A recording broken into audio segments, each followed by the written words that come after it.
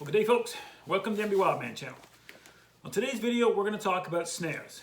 Real simple snares, easy to make, and this is for the beginning guy setting out, or just for someone that wants to make a real simple type snare out on your line.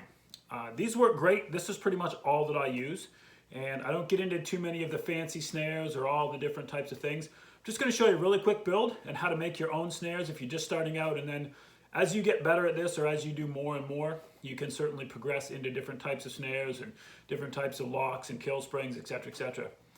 Listen, if you haven't yet subscribed to the MB Wildman channel, go ahead, hit that subscribe button, turn on that bell so that you get notified when we upload new content. Wouldn't want you to miss any videos. As always, we're looking for questions, comments, feedback, whatever you got, especially with snares and snare making. There'll be 1,000 different answers for 1,000 different questions. So feel free, we'd love to hear from you. Feel free to comment in the section down below, and we'll be sure to get back to you on those as soon as we possibly can. So before I begin, I just want to let you know, I get almost all of my snaring supplies from Long Creek Supply Company in Majorville here in Fredericton. A big shout out to them. They have everything you'd ever need as far as gear goes, and they're great guys to deal with. So if you want to buy some equipment, or if you want to buy some snare making things, go ahead and look them up. Long Creek Chopping Supply in Fredericton if you're local. So I used to get a lot of my stuff from Dakota Line Snares, and there's nothing wrong with Dakota Line. I did a lot of business with them.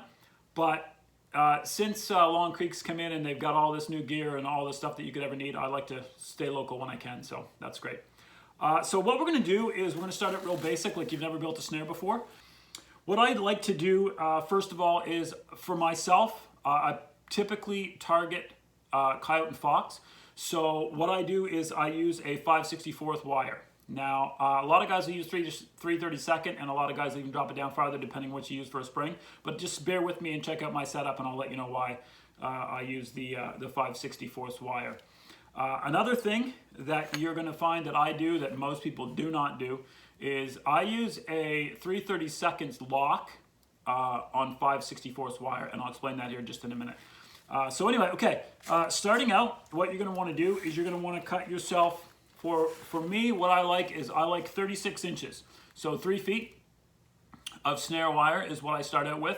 And when I'm done, that gives me a nice 12-inch, 12 to a little better loop for my coyote and fox snare. Okay, so 36 inches. Once I've got my 36 inches, I'm just going to hammer a stop on the end of the piece. Okay, so just like that, I'm just going to hammer the stop on the end. And I can show you the process. It's pretty simple to do. Let me get some gear out here. Okay, so just a regular, you can see that or not, just a regular stop, okay, aluminum stop. And put that on the end.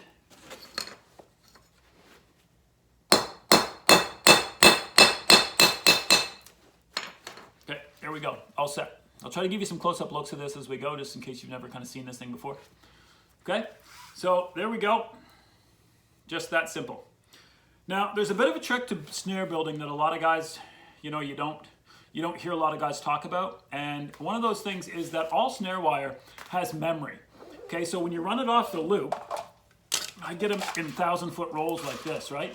So when you peel this off, it's going to have a bend in it. It's going to have some memory to it. Now, depending on the type of wire you get, depends on just how bad that is or how much it is. But you'll see no matter how many of these you do, when you hang these up, they've got a bend in them. You've got an arc. It's important that when you hammer your stop on, that the flat part of the stop is in line with the bend, okay? That becomes important right now because we're gonna take a pair of pliers, okay, and we're just gonna bend, let's see if I can get closer here. We're just gonna bend that back on itself just about a centimeter, okay? Half an inch or so, whatever you wanna call it. And you're going to want to make that L shape right there. And that L shape needs to be, the bend has to be coming this way, and the L shape, this notch right here has to be going directly opposite to that bend. That way when we make our snare, everything hangs exactly right, okay? So there you go. That's step 2, is to make that little bend backwards right there. Once you've got that done, grab yourself a lock, whichever kind of lock that you want to use.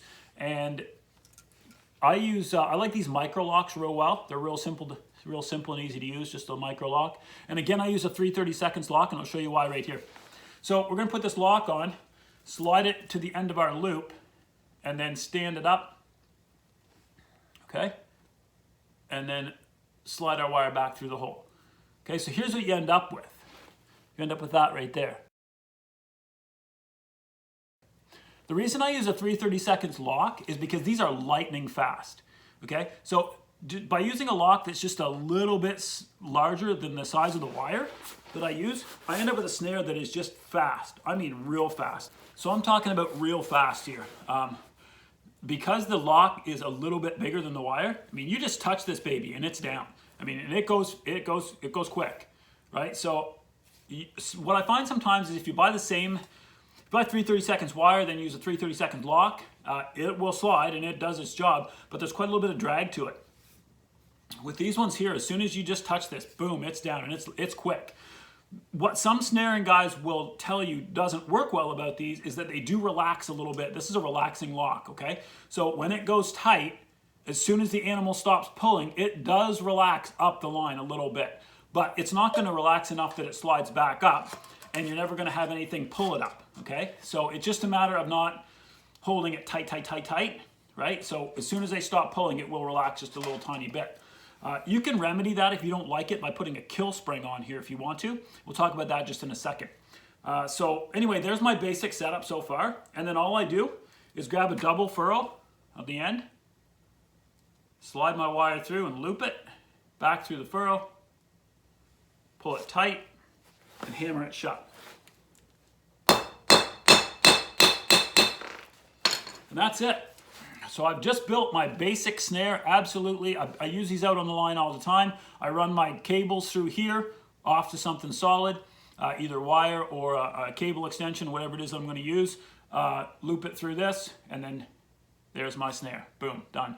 Simple, quick, easy, no problems at all. And you can build these cheap. I mean, really, the double furrow and the stop and the 36 inches of wire and the lock, all said and done, I've got about 50 cents in this snare, and it's ready to go out on the line. You know, wire it to a tree, wire it to a fence, whatever you're going to do, however you're going to support these, and it's good to go. So quick and easy, real simple build. Not a complex video, I know, for those of you that build a whack of snares. But for those of you that don't build snares and you wanted a real comprehensive, just quick look at how to do one, that's it. Lightning fast snare. Now, this one you'll see is a little smaller, okay? This is 30 inches of wire to start out. This is where I build my fox snares. So coyote snare, 36 inches of wire. Fox snare, 30 inches of wire. When you're done, you just have a smaller loop. It works the exact same way. You just end up with a bit of a smaller loop for your fox head to go through.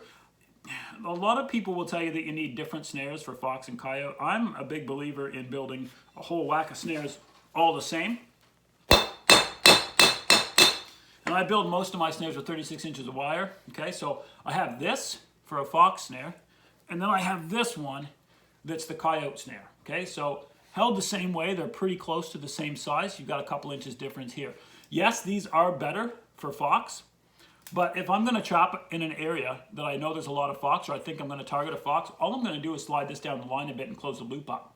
Right, so I can build a whole bunch of these snares and then just close my loop a little bit when I want to target the fox. It's that easy, okay?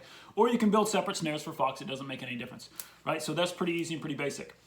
If you don't like the idea of the relaxing lock, or if you're in an area where kill springs are required, then the kill spring's an easy one to do as well.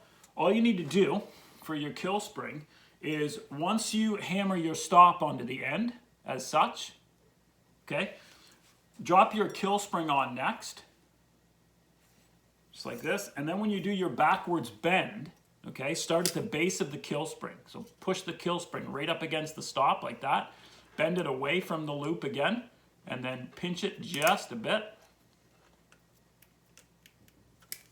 Okay, so you end up with that right there.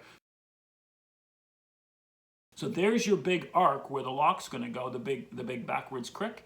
But now the kill spring is there, okay? So then when you make this, you slide your lock on, drop it down, bring it around, pull it through, and you end up with this. Okay, so you've got your kill spring. This is a way too short a wire, by the way. This isn't one of my standard builds, but so I just want to show you the kill spring. So here's what you have. You have the kill spring. The lock is here, and the kill spring is on the down side of it, so that as this pulls tight, the tighter it pulls, this will straighten out. Okay, that's how a kill spring works. This will straighten itself out, and then as the animal pulls it, this spring will compress and keep pressure on the lock, keeping it tight around the neck. You'll get faster chokeouts like that, a lot less struggle for the animals if you use a kill spring. I don't love kill springs. I use them in some instances, and some I don't. I guess it's just a matter of preference, but pretty quick and easy way if you want to put a kill spring on your snare. Anyway, that's it. I just wanted to show you real quick and simple build for a basic snare that you can use out on your line. And again, there's a million different kinds of snares, and as you become more experienced with snaring, you may want to change your setup and what you do. But for now, I've been trapping for, I don't know, since grandfather taught me 20 years ago or more. And how old am I? 40 something. Yeah, it's been more than 20 years ago now that my grandfather taught me about trapping, and that's the only snare I've ever used, right? Just this basic run-of-the-mill snare, just a loop and a lock, and down it goes. Anyway, I hope this helps you out, and this is something you can use out on your line. Until next time, happy hunting from the MB Wildman channel.